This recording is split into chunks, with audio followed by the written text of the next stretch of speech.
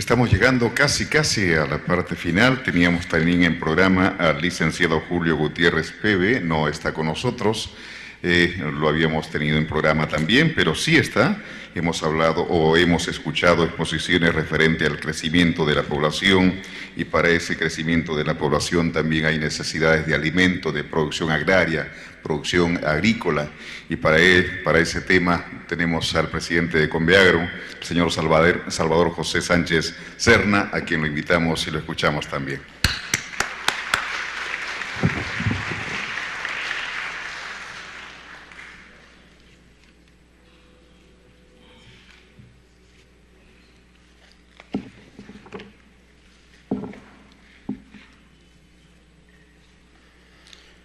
Un saludo especial al congresista Guevara, al padre Garatea y a todas las personas que lo acompañan en la mesa de honor, así como también un saludo a todos los asistentes a este hemiciclo. Me toca hablar sobre un tema muy importante. El que habla es presidente de la Convención Nacional del Agro Peruano, Conveagro, relacionado con la agricultura, con los gremios agrarios, con las organizaciones involucradas en el agro, y específicamente pues sobre un tema tan importante que ahora tiene que ver con el cambio climático, la agricultura y el cambio climático.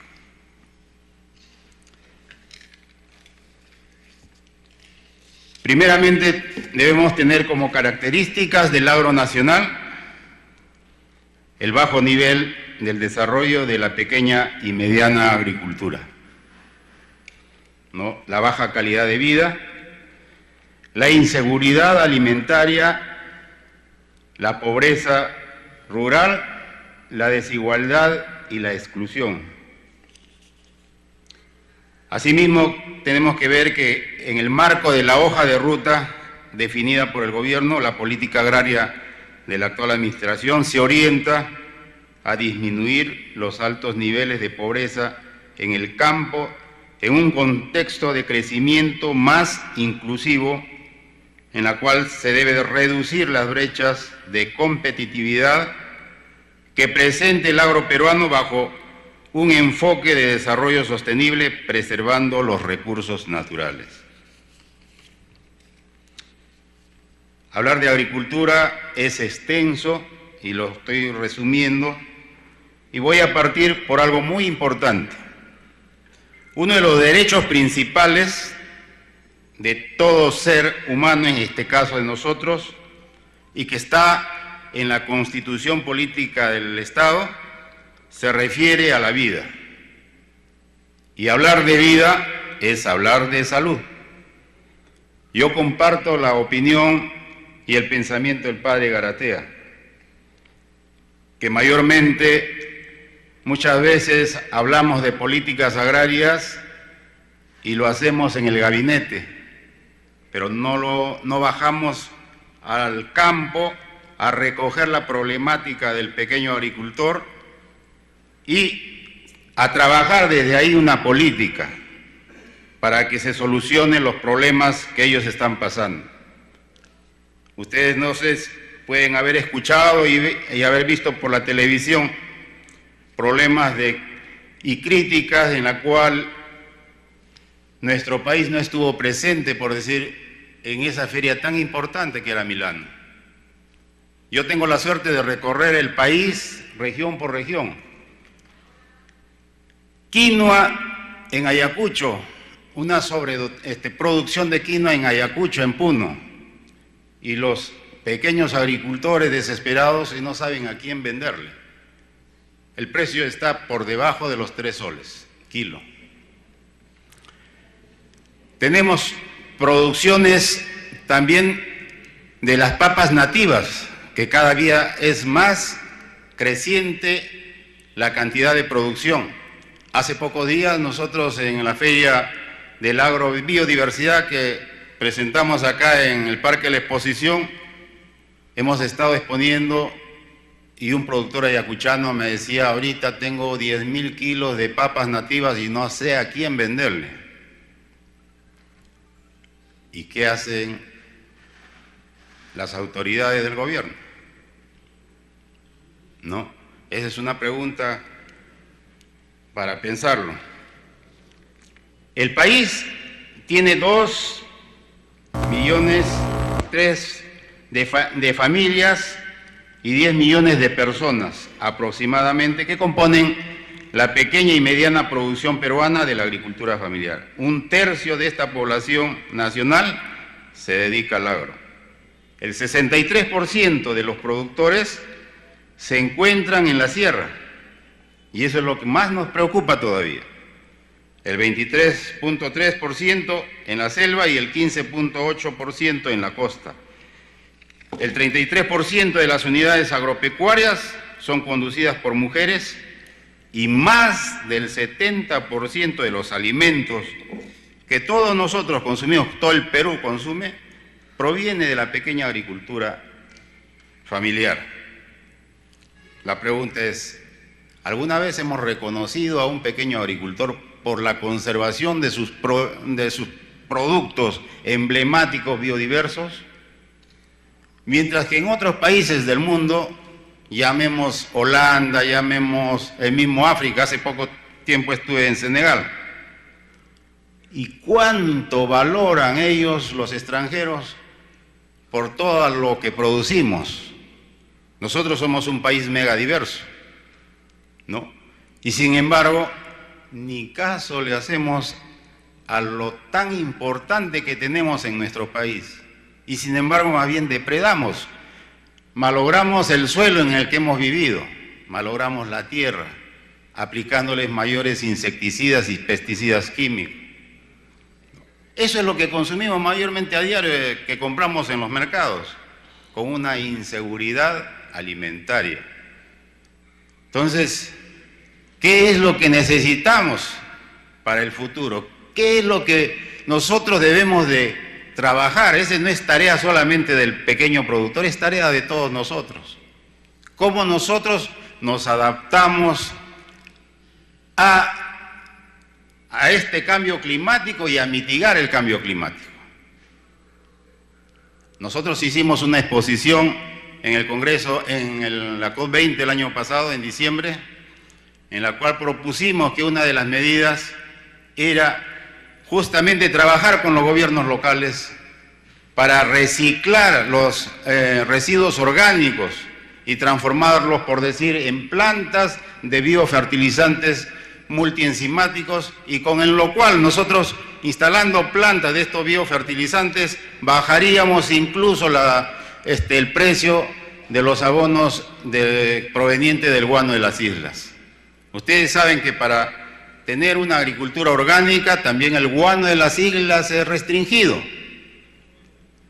Entonces, tenemos que innovar en la producción de nuevos biofertilizantes que sean cero patógenos y que garanticen una producción agroecológica, una producción orgánica, para que estos productos lleguen a las mesas.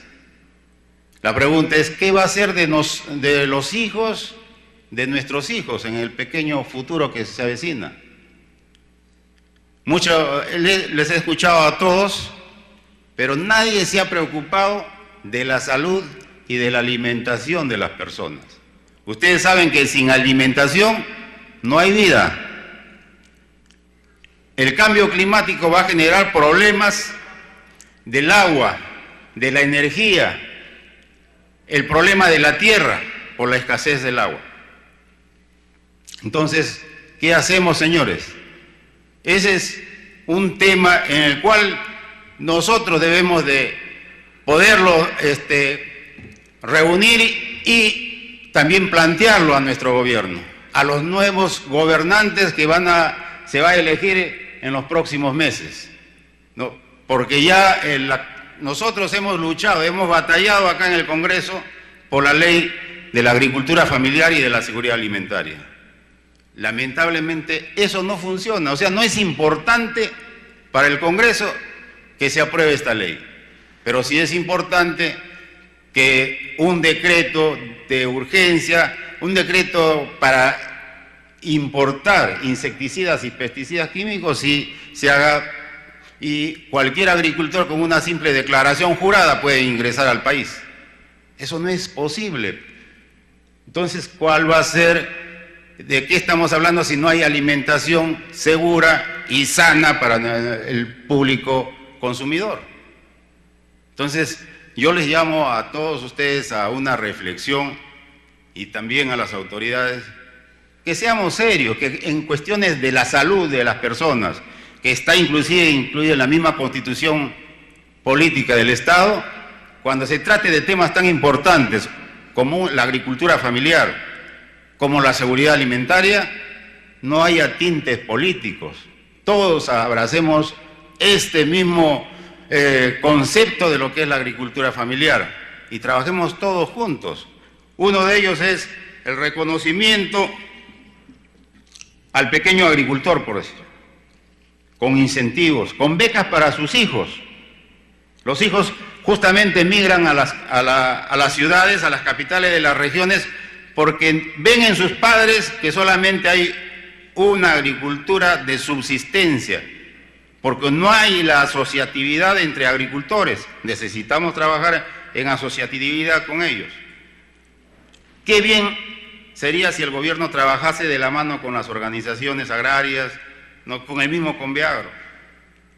Yo recuerdo que el presidente Ollanta llegó a Conveagro al inicio de su gestión y ofreció una inyección de 700 millones de soles para la pequeña agricultura a través del Agroban.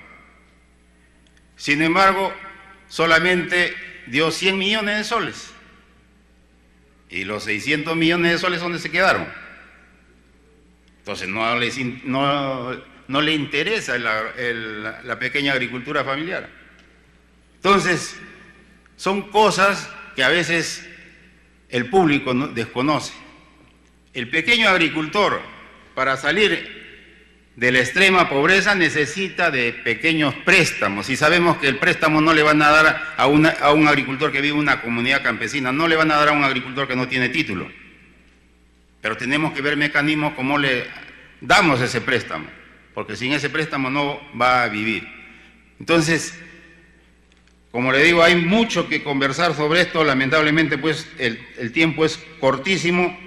Solamente les digo que la agricultura familiar va a ser floreciente el día que nosotros trabajemos por una verdadera agricultura agroecológica, y con esto nosotros vamos a asegurar la salud de las personas y también el futuro de los niños. Y los niños y los jóvenes van a saber aprender con valores y con técnicas innovadoras para asegurar la alimentación, no solamente de nosotros los consumidores, sino también de los peruanos. Y va a ser, como ya lo han dicho muchos países amigos con los que he conversado en algunas oportunidades que he viajado, nosotros somos la despensa del mundo en el futuro cercano. Entonces, pensemos en una agricultura verdadera, en una agricultura agroecológica que va a ser el futuro de nuestro país y va a elevar la calidad de vida del pequeño agricultor y va a mantener la economía del Perú floreciente a través de los años. Muchas gracias.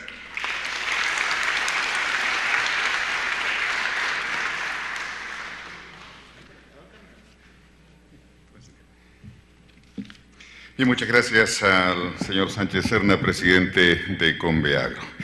Bien, el doctor Max Hernández estaba para exponer más antes, pero estratégicamente se sugirió dejarlo para el final. Psicoanalista, experto en mentes, por cierto, nos ha estado analizando en cada momento y en cada una de las exposiciones, y por supuesto las reacciones también de ustedes presentes.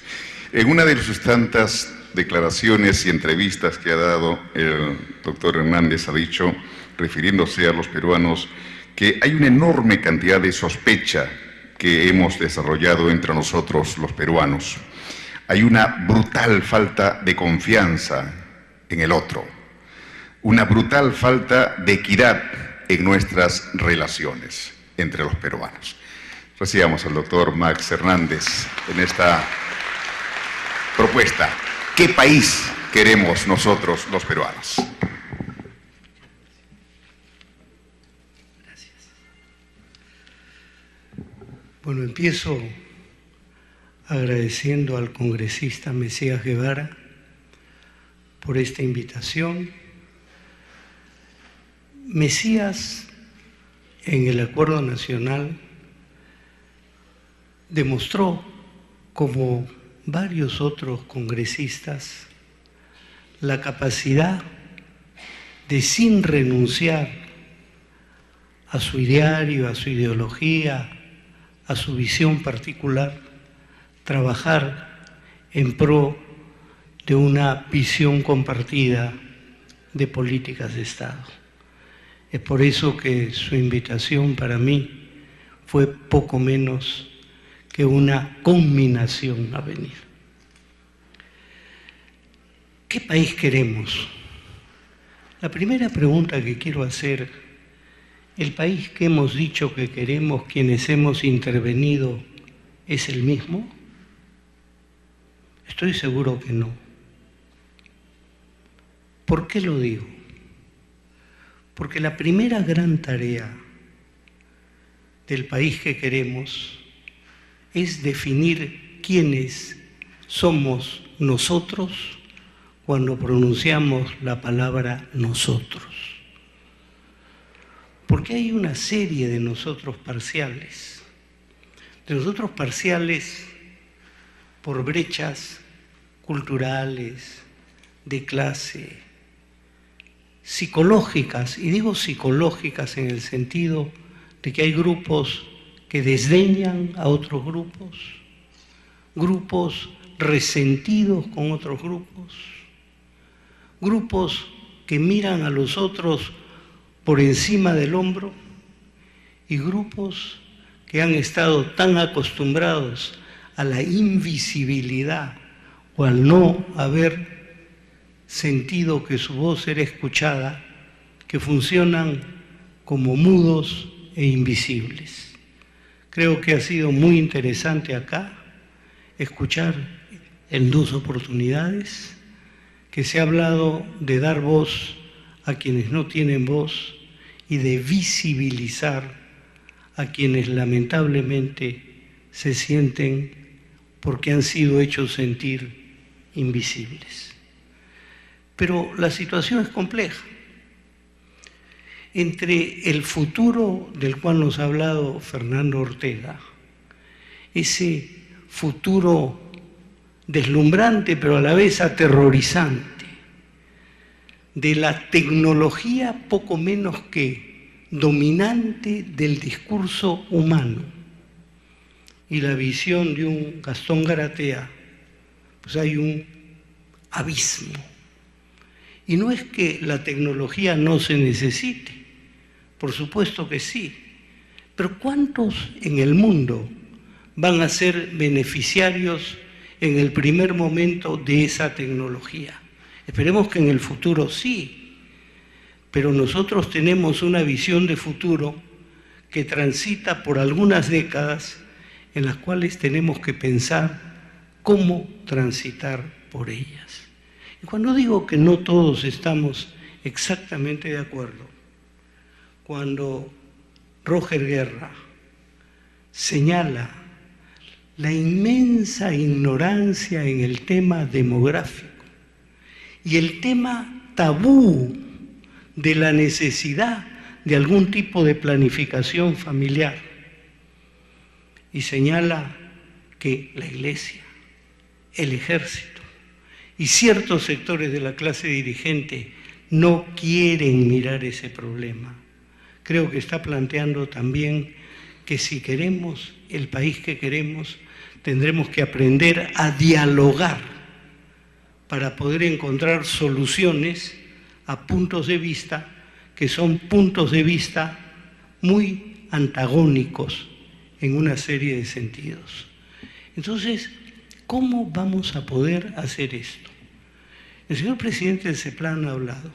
Yo les voy a decir simplemente que cuando se propuso el CEPLAN en el año 2002, logró más o menos configurarse el 2005. Pudo entrar en funcionamiento el 2010 o 11, 10. Y desde entonces ha tenido no sé cuántos presidentes, una institución que tendría que tener una visión continua y permanente. Y cuando hablo de continuidad y permanencia, si queremos un país con el futuro, necesitamos un mínimo de continuidad.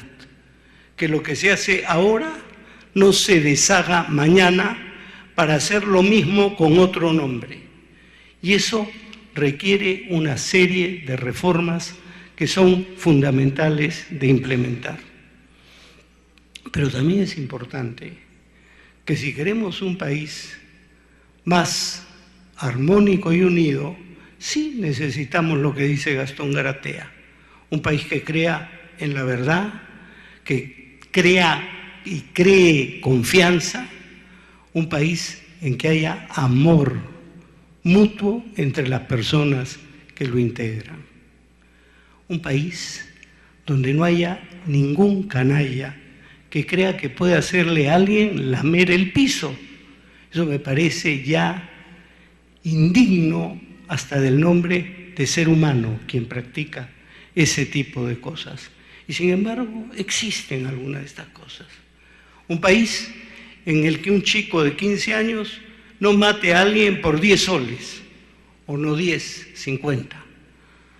Un país donde la palabra se cumpla, y cuando hablamos de cumplir la palabra es que la palabra tenga valor, la palabra que nos damos el uno y el otro, pero también la palabra que da el candidato cuando promete lo que después no va a cumplir, porque eso erosiona todo sentido de mirada del futuro.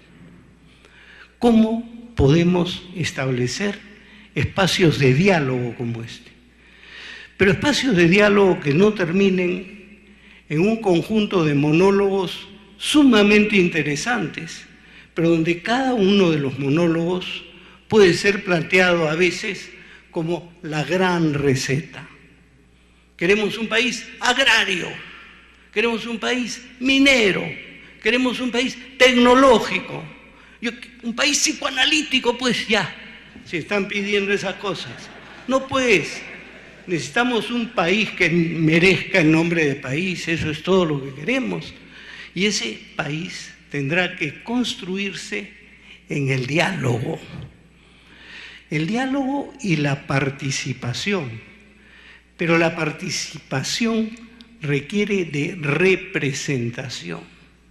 ¿Cómo organizamos instituciones representativas? Y eso demanda un larguísimo esfuerzo y un larguísimo trabajo. ¿Cómo difundimos nuestros puntos de vista? ¿Cómo difundimos datos básicos? Datos básicos son, por ejemplo, los datos de la demografía. Datos básicos son los que dicen los niños, que dicen, este es mi presente. Usted decía que los niños son ciudadanos en cierta medida. Sí y no, porque los niños no votan. Entonces, que cada gobernante sepa que en su periodo de 5 años van a entrar cada año un número de ciudadanos que hasta el año anterior no habían sido ciudadanos. Y entonces, si va a gobernar 5 años, tiene que gobernar también por esos que no votaron por él, pero que van a ser ciudadanos. Entonces, ¿cómo hacemos este cambio poderoso en nuestras mentes? ¿Cómo comenzamos a respetarnos los unos a los otros? Yo me gano la vida escuchando. Es lo único que sé hacer más o menos bien. Pero créanme que escuchar es lo más difícil. Y en política, peor. Porque en política yo no creo que escucha nadie. Prepara sus baterías para tumbarse el argumento del otro. Entonces no es escuchar. Entonces tenemos que aprender a escuchar. Hoy día hemos escuchado muchas cosas enormemente importantes. Yo felicito a Mesías por esta iniciativa, pero planteo que en un segundo momento tenemos que hacer Por un lado, intercambios entre el grupo que está acá, que responde fulano a lo que dijo sutano, y luego socializar esto para crear un enorme debate en el país. ¿Cuál es la posición del país frente a la defensa de la biodiversidad y la necesidad de tecnología, frente a la necesidad de preservar nuestra identidad nacional y la globalización y su fuerza homogeneizadora, entre la necesidad de ciudadanía que por definición es igualitaria y la necesidad de reconocer los derechos de comunidades? Tenemos que discutir eso y en ese momento podremos tratar de delinear el país que queremos, porque sí estoy seguro de que de nuestras perspectivas singulares sí queremos al país, y porque lo queremos necesitamos trabajar por el país que queremos. Gracias.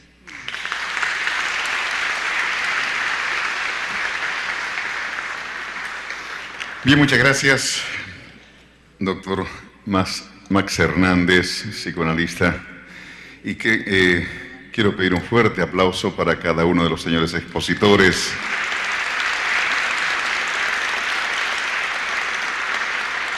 Brillantes expositores que de una manera quizá un poco irreverente le hemos pedido solamente 10 minutos de lo mucho que quisiéramos escuchar de todos ellos y que verdaderamente son toda una cátedra cuando exponen o comienzan a exponer cada uno de sus temas de una forma sostenida y amplia, y que para un público ávido en los deseos de escucharlos, sin duda, queda como miel en la boca por pequeñito.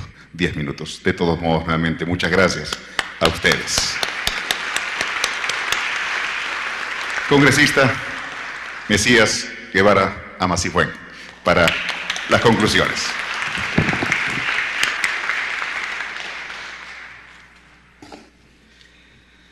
Al inicio, cuando dimos apertura de este evento, me olvidé de decirles que este evento no va a ser un evento aislado. En realidad es el inicio de un foro que vamos a hacer de manera permanente.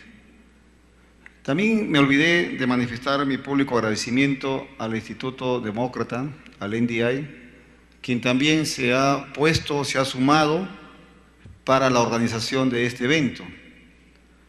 Entonces, tomando la palabra de nuestro querido Max, le decimos que hoy es el inicio de una larga jornada que esperemos contar con la participación de todos y cada uno de ustedes. Les hemos dado un correo electrónico, vamos a generar espacios, mesas de trabajo, para que ustedes también puedan. Por ejemplo, hay una universidad nueva, modesta, pero a mí me causó una grata sorpresa, porque ellos han estado permanentemente preocupados, incluso son ellos los que han escrito todo lo que está acá. Es la famosa la Universidad UNIT, una universidad nueva que nos causó, como reitero, una grata sorpresa, que los alumnos han puesto cuál es su visión. Y hoy también vamos a empezar a poner diversos papelógrafos en diversas plazas públicas de todo el Perú.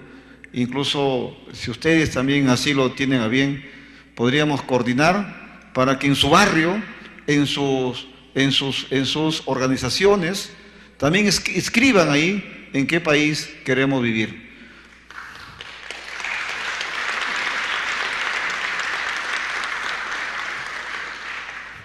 Hoy ha sido el inicio, por eso hemos invitado a destacados expositores, no importando, fíjense, el nivel académico, sino importando lo que se siente realmente, lo que se siente y lo que se piensa de una nación.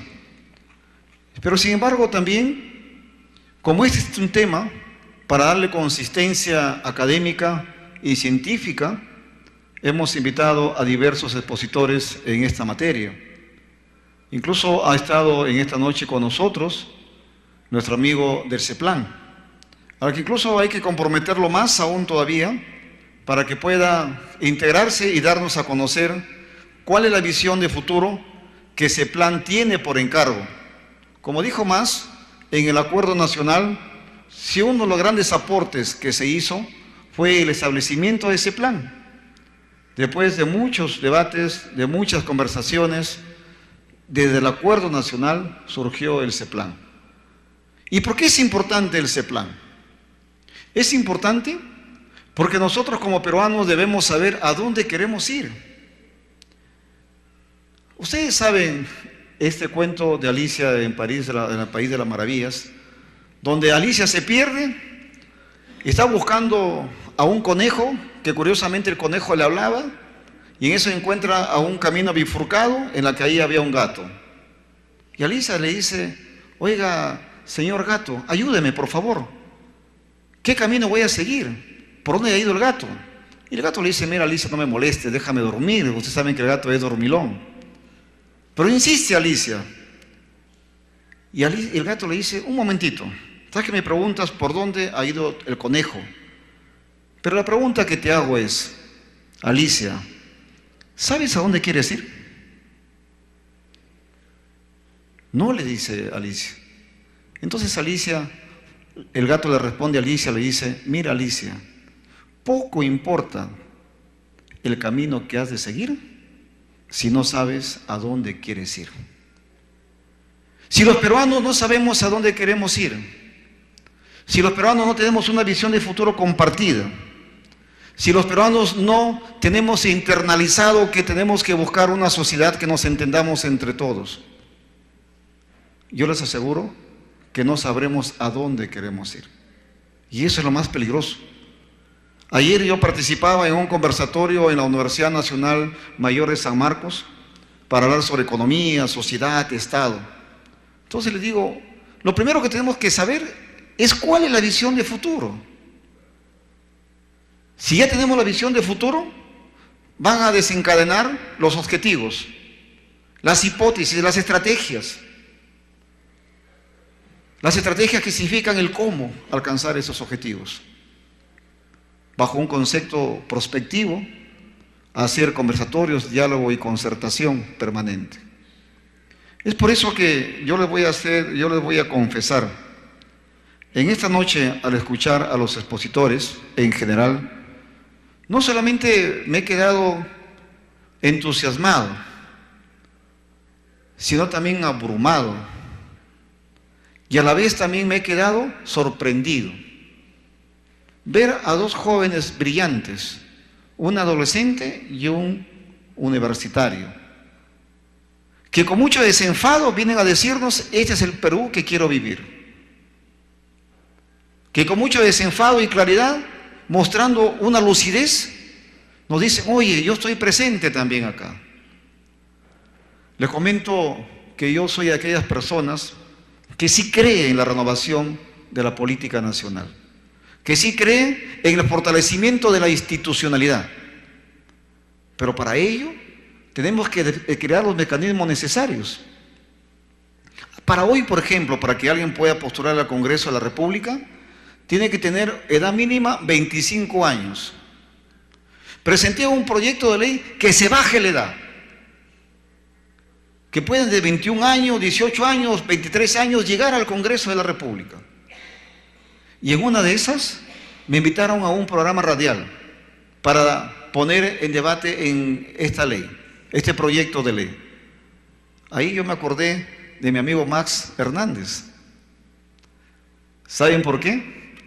Porque muchas llamadas del público que entraron me dijeron: el congresista Guevara está loco, necesita un psiquiatra. Por eso me acordé de Max. Y me decían: ¿cómo puede ser posible que un congresista plantee que de 20 años, 21 años ya puedan llegar al Congreso de la República? Roger Guerra García nos ha hablado de manera brillante de un tema que yo tengo que aceptar, que muy poco se está hablando de lo que es la política poblacional. Cuando fue presidente de Concitec Roger Guerra García. En ese entonces, el presidente de la República era Fernando Belaúnde Terry, y él sí se preocupaba de estos temas. Yo lo escuchaba permanentemente de la población. Y en esa estadística, en ese análisis demográfico, ¿cuántos jóvenes creen ustedes que hay entre 15 y 29 años?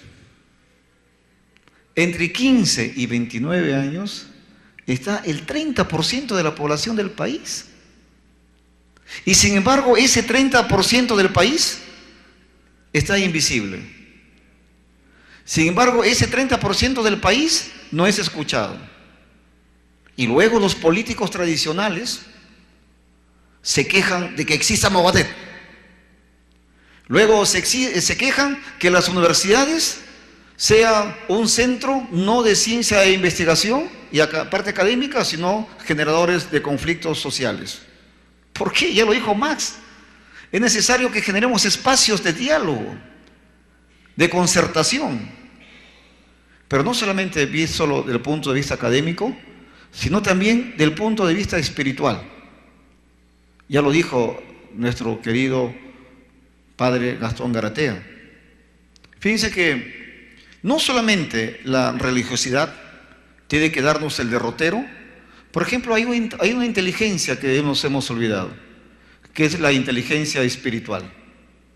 Pero la inteligencia espiritual no es aquella inteligencia que fundamentalmente se toma fundamentalmente de ir a misa los domingos o de recibir la hostia. No.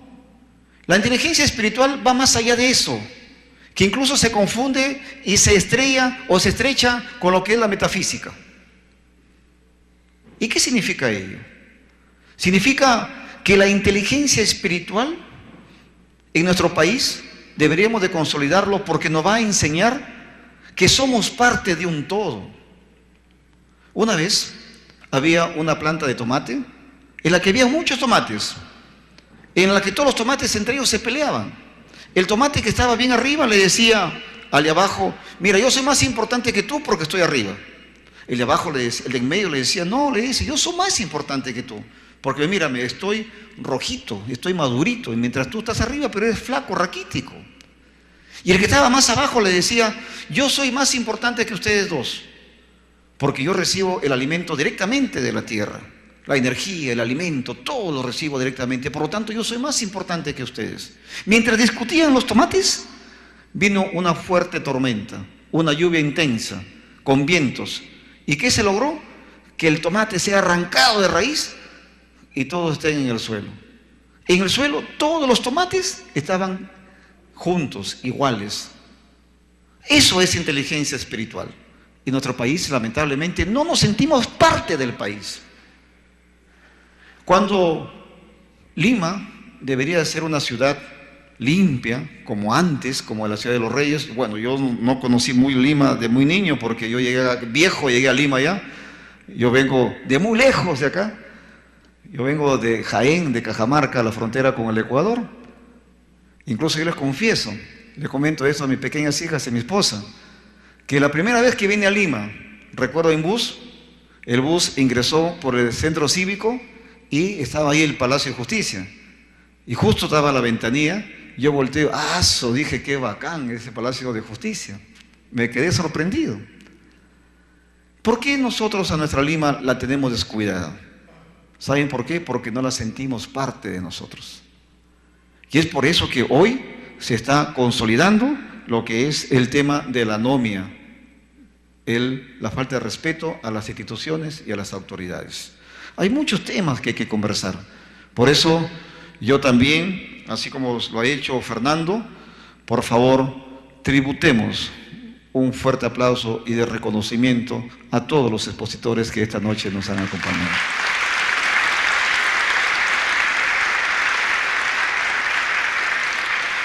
Y por supuesto, también solicito un fuerte aplauso para ustedes mismos, porque se lo merecen.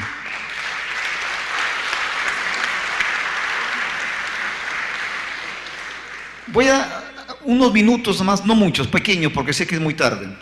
Fíjense que hoy hemos dicho cuál es la visión de futuro del Perú, en qué Perú queremos vivir. Lo curioso es que la respuesta está en nuestro propio territorio, en nuestro propio suelo está la respuesta, amigos y amigas. Tomás Moro se imaginó utopía.